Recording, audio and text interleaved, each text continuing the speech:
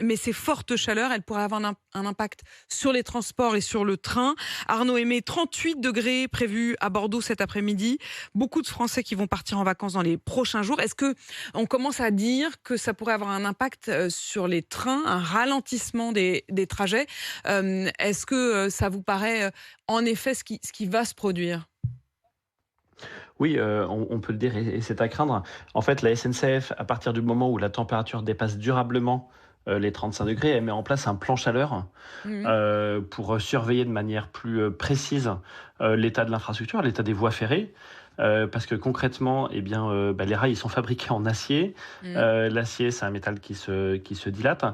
Faut savoir que si la température de l'air, elle dépasse 40 degrés, celle du rail, qui est exposée aussi au soleil, elle peut atteindre jusqu'à 70 degrés. Mmh. Et dans ce cas-là, le rail, il se met à se dilater, à s'allonger, et il peut y avoir un risque de petite déformation du rail. Donc dans ce cas-là, si le train passe à toute vitesse, disons, le rail peut s'abîmer ou la roue. Dans ce cas-là, la SNCF cherche à prévenir l'incident et à prévenir l'interruption des circulations en décidant de diminuer la vitesse des trains. Dans ce cas-là, on peut imaginer un impact de l'ordre d'une dizaine de minutes, typiquement sur la circulation des trains. Ah oui, donc c'est pas un impact non plus colossal. C'est-à-dire que, si je vous écoute, c'est, je sais pas, imaginons sur un trajet de 2 heures en TGV, ça a quoi comme impact?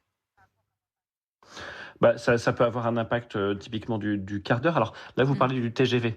Le TGV, en général, circule sur des lignes à grande vitesse, même si c'est pas Oui. toujours le cas. Les lignes à grande vitesse sont des lignes plus modernes, construites à partir des années, 80, qui sont quand même moins sujettes aux déformations parce qu'elles respectent une réglementation plus contraignante. D'accord. Faut savoir quand même que le problème, c'est pas seulement les rails qui sont en bas, c'est aussi les caténaires qui sont en haut, c'est-à-dire les fils Oui. électriques. Eux, quand il fait chaud, alors ils sont aussi en métal, hein, ils sont en cuivre, notamment. Quand il fait chaud, ils s'allongent aussi, donc ils se détendent. Et s'ils se détendent, à ce moment-là, le pantographe, c'est-à-dire le bras articulé au-dessus du train qui Espèce de capte grande l'électricité, antenne, euh, en forme de trapèze? tout à fait.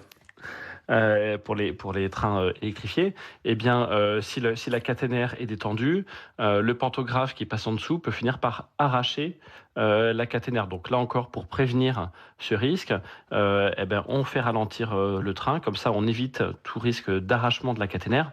Quand on arrache une caténaire, on l'arrache sur des centaines de mètres, hein, vu que le train est à toute vitesse. Mmh. Et dans ce cas-là, il faut des heures, voire des jours pour remettre l'infrastructure en état.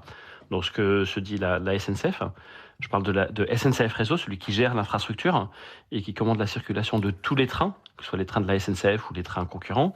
Ce que dit la SNCF, c'est mieux vaut prévenir que guérir. Donc on ralentit un petit peu la vitesse des trains. Donc on ralentit un petit peu, la vitesse. Restez